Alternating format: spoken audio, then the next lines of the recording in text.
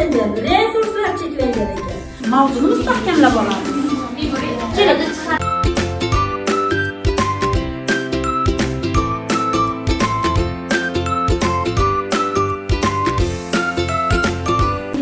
Birinchi yilda inflyatsiya darajasini qancha bo'ldi? Qancha bo'ldi? 11,1%. Ben 2009-yilda inflyatsiya darajasi qancha bo'lgan? 13%. Hop, yana kim tayyor? Bank so'zining ma'nosi italyanchada olingan bo'lib, bankga ko'rsatilgan ma'noda anglatadi. Yaxshi, rahmat.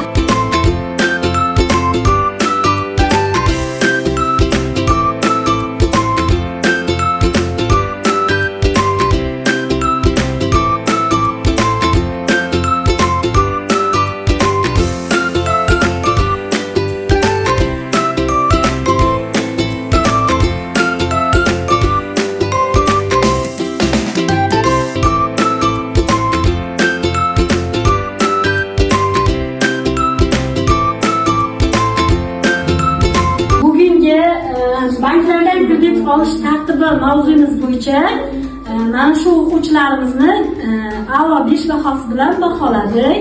E'tiborlaringiz uchun katta rahmat hammalaringizga. Ochiq darsimiz